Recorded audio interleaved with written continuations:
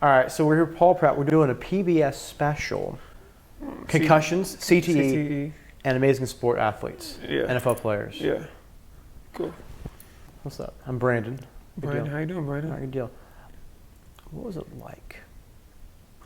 like? First off, have you ever, how many times were you seriously hit hard? Seriously hit hard? Seriously hit hard? Yes. I was probably seriously hit hard, really going back to even Pop Warner, maybe 3 times my whole life. Really? Yeah, one time I was a little kid, I never forget, I fumbled. Yeah.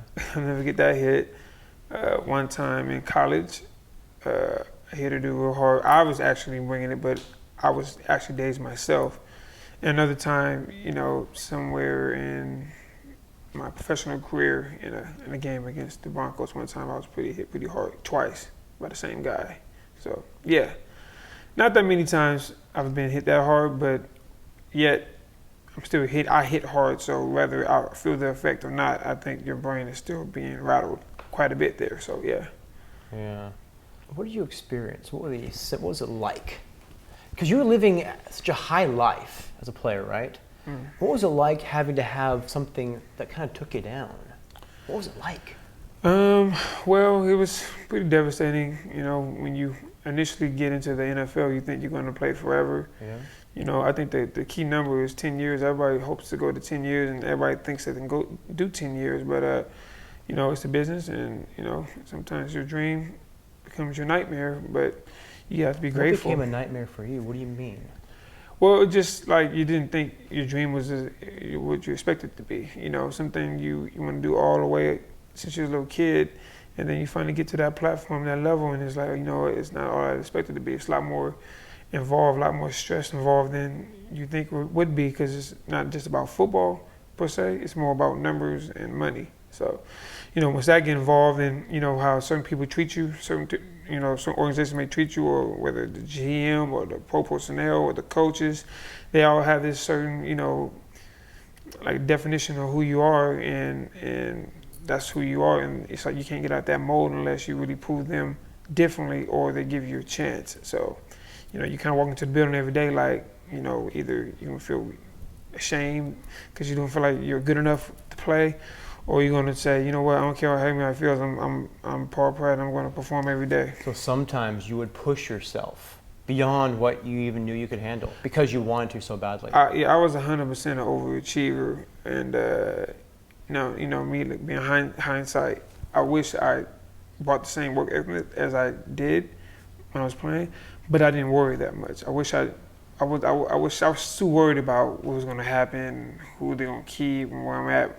I wish I didn't worry about that. Looking back, I shouldn't have worried about that. I think that would help me play even more loose. And when they see you, an athlete, not worried, he plays more confident, and they like that confidence because that means they're able to rise up in adversity. On average, of course, everybody in charge would, from the business side of things, would want you to perform your best. They're incentivized for you to perform beyond no matter what happens to you, whatever kind of hit you take. Yeah. Some do, some don't, because some of these coaches, they bring in their own players who they want to see play. So if you're on a team to where you don't have that many people backing you up, but they want you to do well, but maybe the person that in the position the same as you, they want them to play. So they may show them a little more attention, a little more love, and to elevate them so they can start. Because if that person plays, that they bring in, that makes the coach look better. So even between the players, you probably have a lot of pressure, energy and aggression to do better and perform better no matter what. It's every day. There's cameras out every day. It's not only the media cameras, but also the team cameras as far as practice cameras. So and everything gets evaluated every day. Depending on who you are. Now, if you're somebody who has a large salary cap, they're not going to worry about too many of your mistakes. But when you're somebody that's coming from a free agent background like me, that's trying to make the roster, that's always on the bubble, then little thing matters, not just on the field, but off the field too. So you got to kind of be perfect. So you're pressured to perform no matter what. Yeah. Of course. You pressure, yes. You pressure to say things correctly. You pressure to perform at your best. You pressure to not make mistakes. What's it like being hit really hard? What does it feel like? It depends on where you get hit really hard. You know, it doesn't feel good to get hit really hard in your legs because you can bend them backwards in certain ways. That doesn't feel well. You know, unfortunately, I tore my ACL, but it's self-inflicted, so nobody took me out. So I've never been hurt by another human being before while playing football. I've been hit hard, but you know what? When you're in the zone, you kind of don't feel it. So that's why some people that may get concussions continue to keep playing during the game because it's like, oh, it's just part of football. Because they don't feel it. Yeah. So they're not aware of the damage they've sustained. No. Really? Not. Yeah. Adrenaline can take over. Sometimes adrenaline takes over. You're not, you know, it is what it is. You don't even feel nothing. You're in the game. If it's fourth quarter, third quarter, and the game's on the line, you get banged up a little bit. You know, 95% of the players not coming out. What's a story that you've been through, a friend you know that has gotten hit really hard by aggression, that kept playing, didn't even act like they faced them? I mean, I've seen that story. I can go through countless athletes, not just from NFL or college, but from high school and, you know, Pop Warner, you know what I mean? I mean, that's part of the culture, though. You know what I mean? You're not supposed to get phased and get hit hard. Say that again. You're not supposed to get phased. You're not supposed to show it, at least. If somebody got you, you're supposed to get up. So if you're in pain, you know, don't show the pain. You know, maybe come out full play, but you got to go back in there. That's the culture that the football brings. That's good, and you know, because it's like a style of, you know, of hardcore, you know, soldier type of mindset, but it's dangerous because it can be very unhealthy as well. Yeah. What do you know that you have to do? Like just health-wise, after you've left the league, what do you know you have to do? What are you doing? I believe when you leave the NFL, or even if you at a star college, I believe the first thing you have to do is get therapy. Get therapy because I say that because imagine doing something your whole life, all of a sudden it's not there no more. I think, you know, as being a football player, you kind of put on a higher pedestal, whether you're at a major university and usually everybody kind of being at your feet. Well, you know, once that stops and the lights go off, you know, now everybody's not at your feet anymore. So you may take a little ego bruise, and some people not be able to transition that because usually things coming your way. So I think it's important that whether they're at a top college or just stop playing football in general, to get some type of therapy on reality and getting back to the real world and knowing that, hey, I'm a human.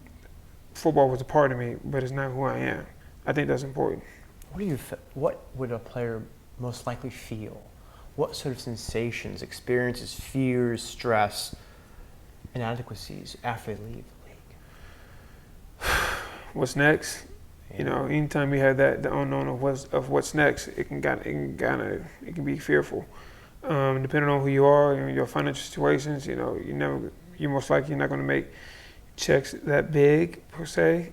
So you may kind of worry about how you're going to pay your bills because, you know, your money, that check stops, but your bills don't.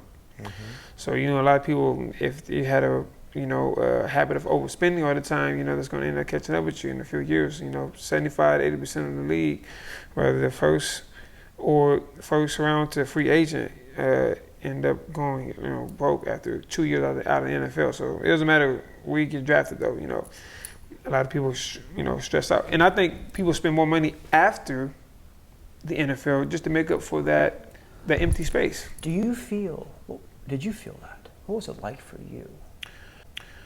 When I first stopped, I was in denial.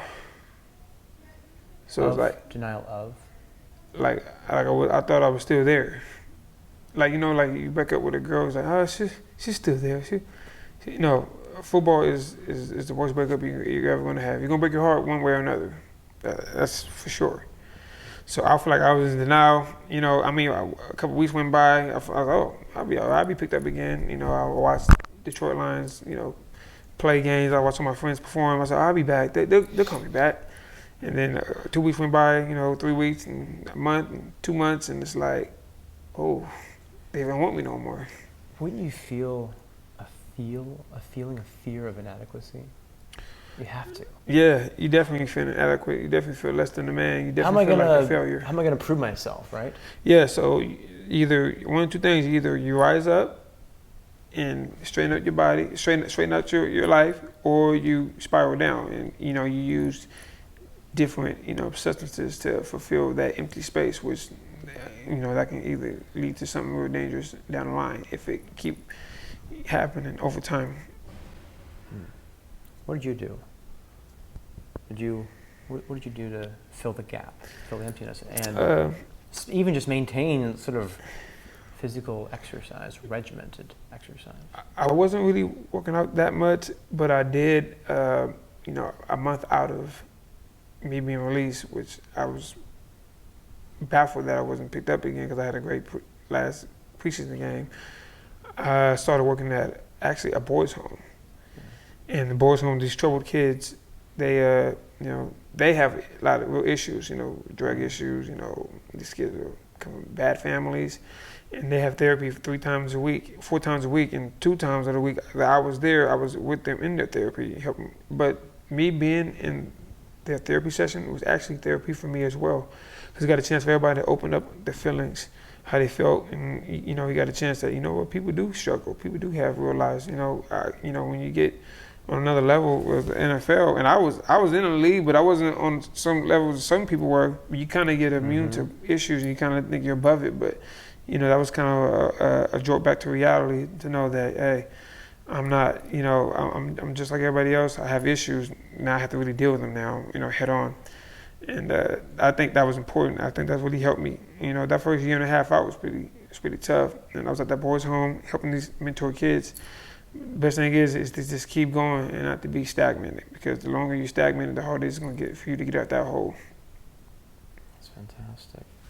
You even think that players with your sort of experience, physique, reputation, star power can have a lot of good for especially boys, young boys in the community, right? We could do a lot of good, couldn't we? Mm-hmm. Boys, right? Yeah. That's kind of what you've done.